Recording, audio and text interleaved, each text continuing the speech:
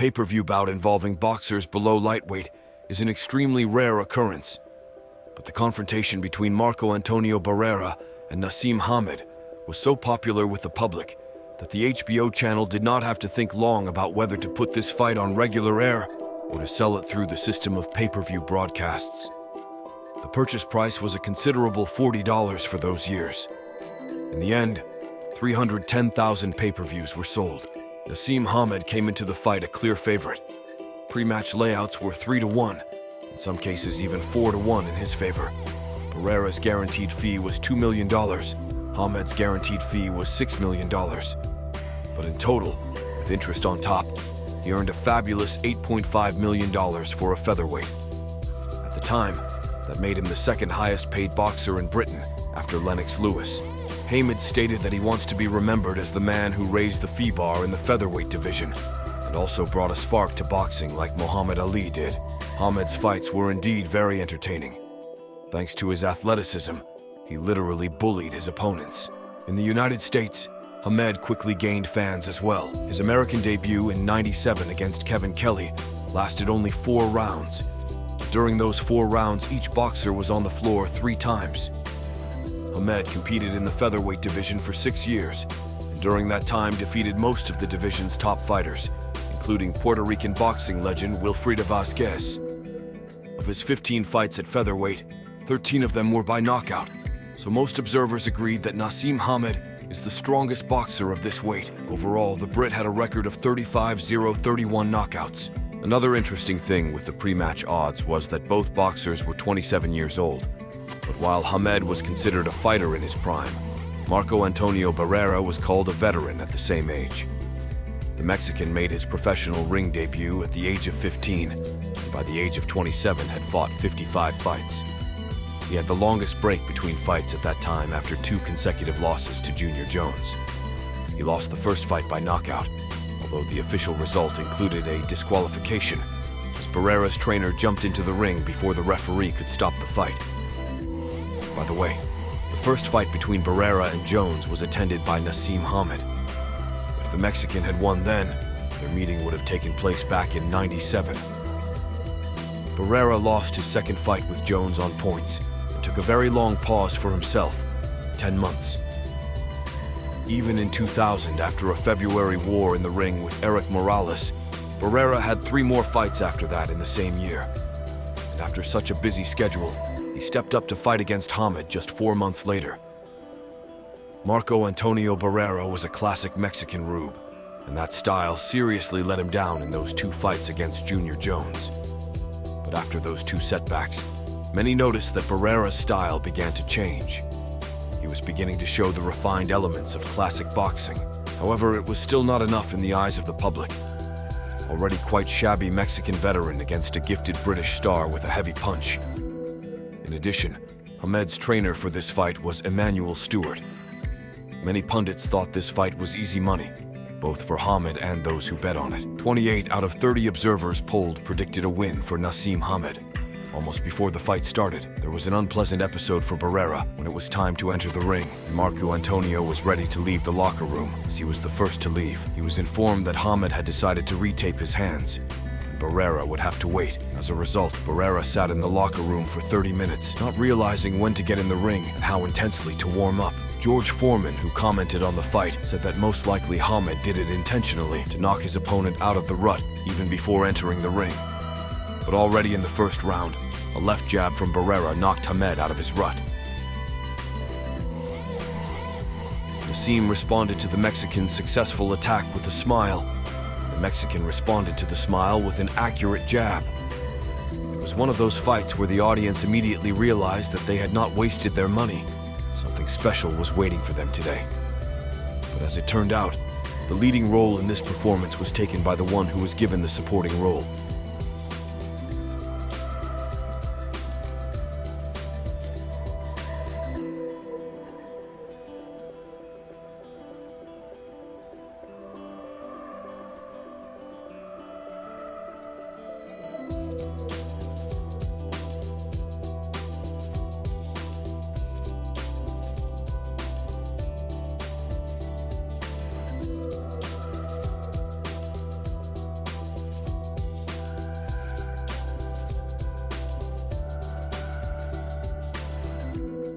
Barrera did not want to concede to his opponent in anything, and already in the second round the passions began to heat up. Hamed clinched around Barrera's neck. The Mexican accepted the rules of the game and moved Hamed to the floor. Hamed continued to hold Barrera by the neck. Barrera did not like the fact that he was looked at as a springboard to strengthen Hamed's status as a superstar in the United States.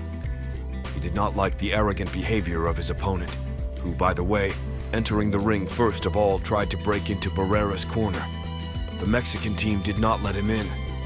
And of course, the previously mentioned episode with the delay in entering the ring added oil to the fire.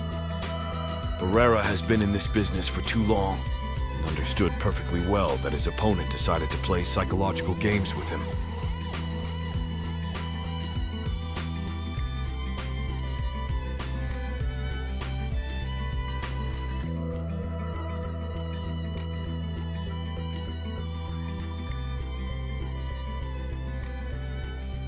In the third round, Hamed looked a little better than in the previous 2 rounds and had some good attacks.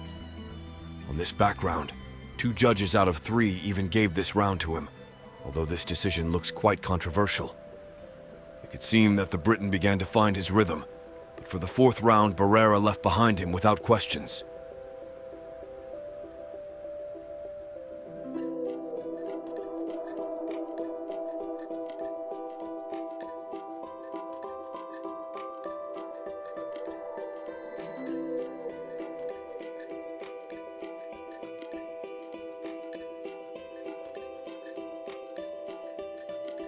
The 5th round was taken by the Briton.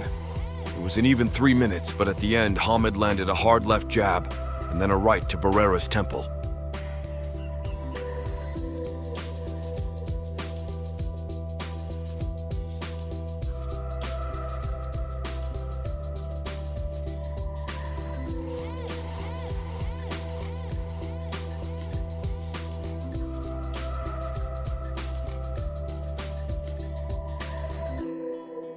At the end of the 6th, Hamed decided to play gangster with Barrera, hitting the Mexican with a forearm to the face. Barrera made it clear to him that he wasn't worth playing those games with.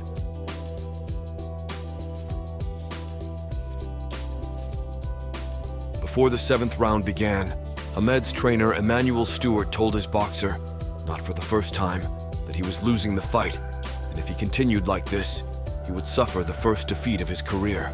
Hamed stepped up, but the attacks of Hamed, Barrera was easily negated by a simple but effective technique. Left jab behind his opponent's front leg, Barrera was constantly moving away from the line of attack. It appeared that all of Hamed's beautiful combination work was put out of action by such a simple decision.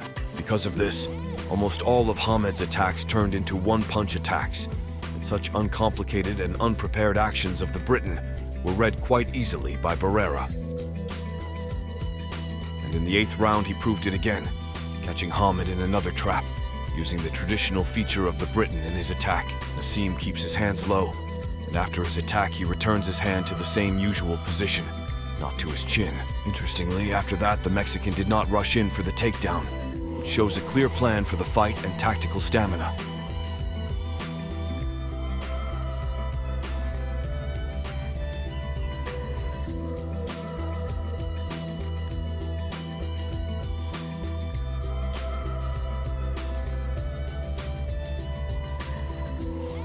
The 9th round was relatively calm, but in the end there was one of the most famous episodes of this fight.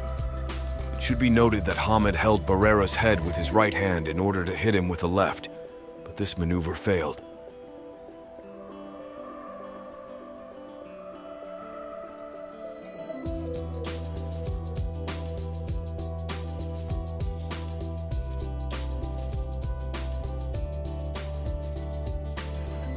In the 10th round, Hamed tried to somehow turn the tide of the fight, and something in the attack even worked, but it was not possible to wrest control from the hands of the opponent.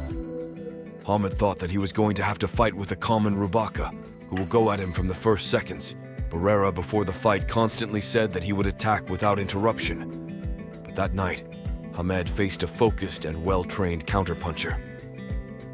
Barrera was favored by the fact that his status as a star and spectacular boxer forced Hamed to work first, and the Mexican had to wait for his opponent to come to him.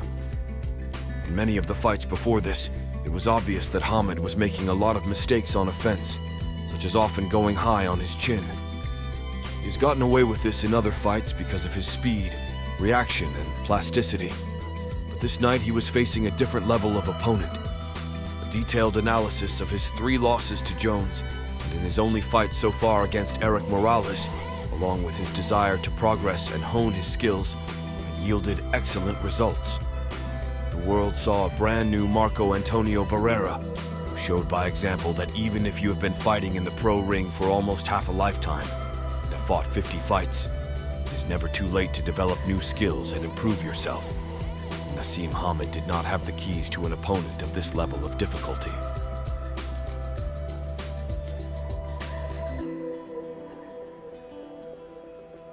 In round 12, Barrera decided to put a bright spot in every sense.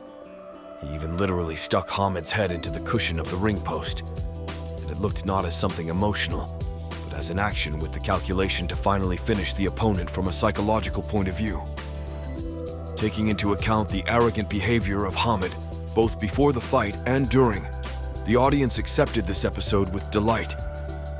But the audience booed referee Joe Cartus, who took 1 point off Barrera. But Barrera did not care. He confidently led on the judges' scorecards and eventually won by unanimous decision, quite rightfully gaining the title of the strongest boxer in the welterweight division. By the way, even before the official announcement of the decision, Hamed's trainer Emmanuel Stewart came up to Barrera and congratulated him on his victory. Before this fight, Naseem Hamed said that he did not consider Barrera the most serious opponent in his career. And in the end, Barrera turned out to be not just the most serious opponent, he turned out to be the one who ended Hamed's career. According to the contract, Naseem had the right to demand a rematch, but he did not use it and disappeared from sight for a year, and then returned to the ring with a poor fight, for which he was booed by the public, and that was the end of Naseem Hamed's professional career. As for Barrera, he took his career to new heights and had a number of high-profile fights ahead of him, including fights against Eric Morales, Manny Pacquiao, Juan Manuel Marquez, Johnny Tapia, and Paul Ayala.